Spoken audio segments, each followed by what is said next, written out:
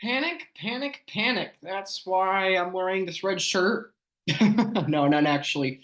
Bitcoin is down. People are pretty scared right now. Why? Because the US government seems to be selling off thousands and thousands of Bitcoin, while at the same time, Germany seems to be selling off Bitcoin. And so, yes, price is down a little bit for Bitcoin. We've been under $60,000 a few days now.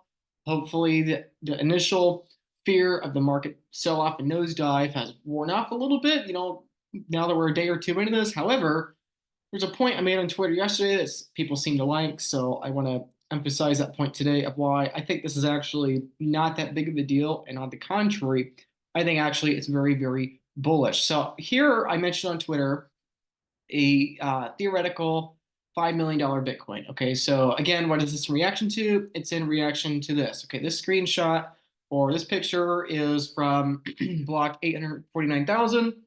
Obviously, this is not 50 minutes ago. This was yesterday or a day or two ago from the US government sending it to Coinbase Prime Deposit, 3,940 Bitcoin. So the US government, these were Bitcoin confiscated back in 2014, I believe.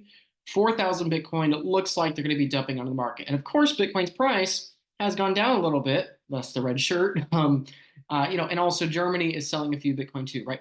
And obviously, we all know this is a bad thing for them to do, right? Like they're not thinking this through. They don't understand Bitcoin. I don't think nation states are stacking Bitcoin. Maybe they are. Maybe this is a threat for it. I really doubt it. But obviously, they're selling the thing at which they can't create more of in exchange for the thing they can create more of, right? There's an endless amount of political currency these people are going to create. And so, of course, them selling the Bitcoin when it's still cheap, under $60,000, is a very bad choice. But a lot of people are saying, oh, they'll never get it back, blah, blah, blah. Actually, I think they will. And here's why.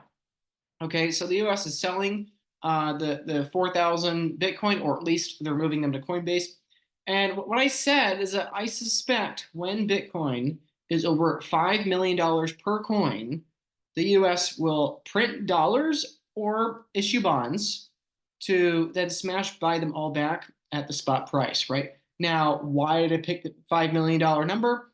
It's simple. This is just a nice, clean number. It's a nice, clean number. Is there any intellectual thought behind that? No, that's not a specific prediction. I'm saying at 5 million, you're going to buy it. No, but the point is, Bitcoin's probably going to be a much higher price than it is now, right? Probably at least a 50x, maybe even 100x times bigger than it is today, right? In order for a government to be buying Bitcoin en masse, it's got to be a much larger, globally recognized asset than it is right now, and significantly larger than it is right now, right? And now, the other reason for that $5 million number is that that's what Michael Saylor has repeatedly referred to as his target for when FASB accounting rules and banks and the regulations cleared up, right? That's so just arbitrarily as a target. We're just throwing 5 million out there of, theoretically, if the United States wanted to buy back these 5 million, these 4,000 Bitcoins, each worth about $5 million at that time, and they wanted to print dollars or issue bonds to smash buy it. Okay, the larger point is that it's not that much money. That's not even $20 billion. Okay, $5 million multiplied by 3940 is not even $20 billion. Okay, $20 billion is a lot of money to you and me. It's a lot of money to billionaires, right? Even Michael Saylor, Elon Musk, Jeff Bezos, $20 billion is a lot of money. But to the US government, it's chump change. Okay, we are adding 10, $20 billion or so to our national debt literally every few days, right? To our unfunded liabilities, we're adding that even faster, right? And here I'm theoretically, picking out of thin air a price target that's 50 to 100 times higher than it is today, right? Going from roughly 55, 60, $60,000 or so up to 5 million is about 100x, right? Obviously, in the future, if and when this happens, the dollars are going to be worth a lot less. And so by that point at which this is occurring, $20 billion will be worth even less than it is today, right? So let's say in the course of the next whatever decade, or maybe 2 decades, whatever it is, 5 years, 20 years, pick your number of whatever time horizon you have in your own mind. But whenever we get to that $5 million number nominal for Bitcoin, 20 billion is going to be worth a lot less, right? So that may not even be as much time as it is now, right? So the point is that just with a day or two of extra dollar debasement anyway, the US will be able to buy those Bitcoin back, right? So is this a bad choice for the government to be selling this Bitcoin for the long-term strategy? Yes, of course, right? But again, it has to be emphasized. The difference between you and me and Michael Saylor and the government is that the government can create money. The government can create currency. They can print currency out of thin air, their legal tender. They can issue bonds. Michael Saylor cannot do that. Okay, I cannot do that.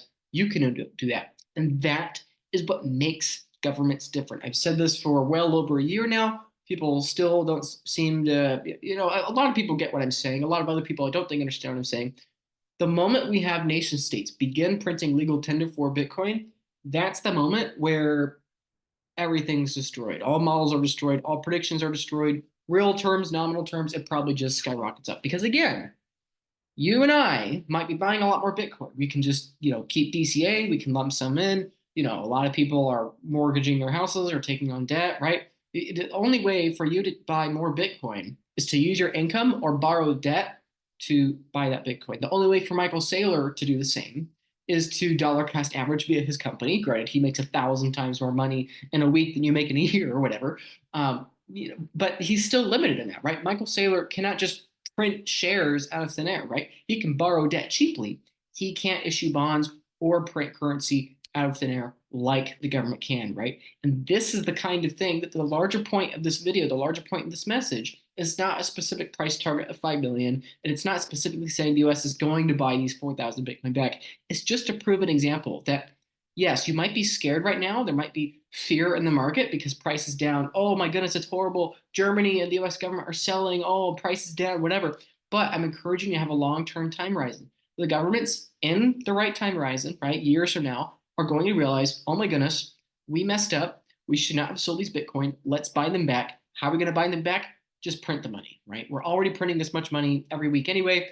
Just print a week's worth of currency. Just issue an extra week's worth of bonds. You're not going to collapse, the bond market. You're not going to collapse trust in the currency, right? I mean, again, the United States of America, we created basically $6 to $8 trillion of debt and currency, and the coronavirus pandemic. Okay, and if you were to tell people that in 2019 that the U.S. is going to create $6 to $8 trillion in the next year, like a lot of people would say, "Oh, that's hyperinflation. That's game over." And my larger point is that even what I'm saying here is not hyperinflation. Okay, imagine if we're just talking about $20 billion, $50 billion, $100 billion. The government is just creating out of thin air for the sake of acquiring spot price Bitcoin. Like Bitcoin could be millions and millions of dollars a coin, and the government could be issuing tens of billions, if not hundreds of billions of dollars. And that still does not mean hyperinflation for the political currency. But what does that mean? That means massive price moves for Bitcoin, vertical price moves, right? Because when you and I buy, it goes up and down, there's sellers, whatever. But if the government comes out and says, we're going to print, baby, print, and keep acquiring it, that's when you realize there is no top right now. To be completely transparent, I don't actually know what the full status of this is. I've not checked since I posted this. My understanding is that by them sending it to Coinbase, they're selling. James Stratton, who I respect, is saying that they're moving the Bitcoin, not selling any. But I mean, to me, that is a clear indication that they're going to sell it if they're not sold already. So if you see it in the headlines that they have sold or they're going to sell more, don't let it alarm you. They're probably just getting rid of it. And ultimately, they're probably going to buy back and they're probably going to print a lot of political currency there, right? And one other concern that I think is a valid one that I want to address here real quick. I'm not afraid of, addressing these things. So this is what some dude says. I don't know who this guy is, but he says Bitcoiners and NGU number go up. Dude, this is not cypherpunk enough to actually make governments irrelevant. A new elite will be created at best. That's about it. Okay. And, there's a chance that argument is right that, oh my goodness, we don't want the government's buying Bitcoin, or it's bad that Michael Saylor's bought so much Bitcoin. You can make those arguments, and I empathize and understand why you say that. However, I do think there's a fundamental difference because Bitcoin is proof of work. It is not proof of stake like the Federal Reserve. It is not proof of stake like our current political system. Okay. Because the more Bitcoin the elites buy, the more they pump the bags of the everyday normies like you or me, right? They only get exposure to Bitcoin by buying it at spot price and making everyone else richer too, right? This is something that I think is very timely with the Bitcoin ETFs, right? A lot of people are concerned. Oh my goodness, 1 million Bitcoin have been bought by BlackRock and by these big mega corporations, right? By BlackRock, Fidelity, all these, corporations that frankly most people in Bitcoin don't trust are buying all the Bitcoin. They own 5% of the Bitcoin, right? They own 1 million Bitcoin. That's horrible for Bitcoin, right? You can make that argument it is, but ultimately I don't think it's a long-term crisis or concern because why? Them buying the 1 million Bitcoin spot price has forced up the value of all the other holders, right? You, me, we are both richer because our Bitcoin's worth more now that Wall Street and traditional finance are buying. They've bought the 1 million Bitcoin spot, right? You see what I'm saying, right? That yes, the elites of the current political currency system world are going to buy Bitcoin and they're going to buy these Bitcoin and take them off the market, but they're going to force spot price up, right? And even if they acquire 5% of the Bitcoin, like the ETFs have done, they're making all the other Bitcoiners well more than 5% richer than they were before, right? And so, in regards then from the real example today, again, projecting out to this theoretical example, yeah, you could say it's a concern that governments will be printing currency for Bitcoin. And we might create a new elite. That's entirely possible. But again, I don't really think that's what's going to happen because in the government's printing political currency to buy the Bitcoin off spot, they're going to be forcing the wealth up of the Bitcoiners faster then they're going to be forcing their own wealth up, right? And so the reason I talk about this is not to salivate at just pure number go up, right? This is the unfortunate thing I don't think people understand. I do talk about number go up a lot because it's what gets people clicking on things and interested, right? You got to meet people where they are. And most people are newer to Bitcoin, and most people that are newer to Bitcoin care most about the price. But actually, when you have done the number go up and you realize governments are going to be buying these things, are going to be buying, you do realize that they are the cypherpunk, they are the mission driven of Bitcoin, right? That we want everybody to be a part of Bitcoin, right? From the everyday people, blue collar workers, in the middle class of the EU and the US, Australia, right? The upper classes of the world to the poorest people in the world to the richest people in the world to like the billionaires to even the nation states, right? We want everyone to buy Bitcoin. In fact, I even want the US to buy Bitcoin, right? You could complain that perhaps that it's gonna be bad. We don't want governments, but ultimately I would rather the governments be printing money to buy spot Bitcoin and be printing money and subsidizing money to have a hash force and be mining Bitcoin on the national level versus them doing the same for guns and weapons and war, right?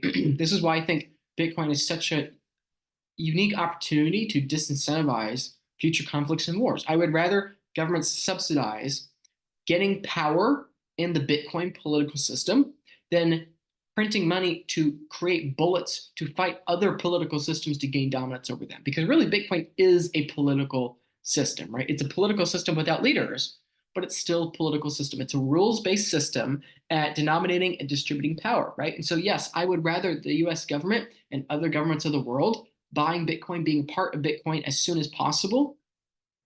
It would be disadvantageous to me because I want Bitcoin to be cheap so I can buy more, and same for all of you, I'm sure, right?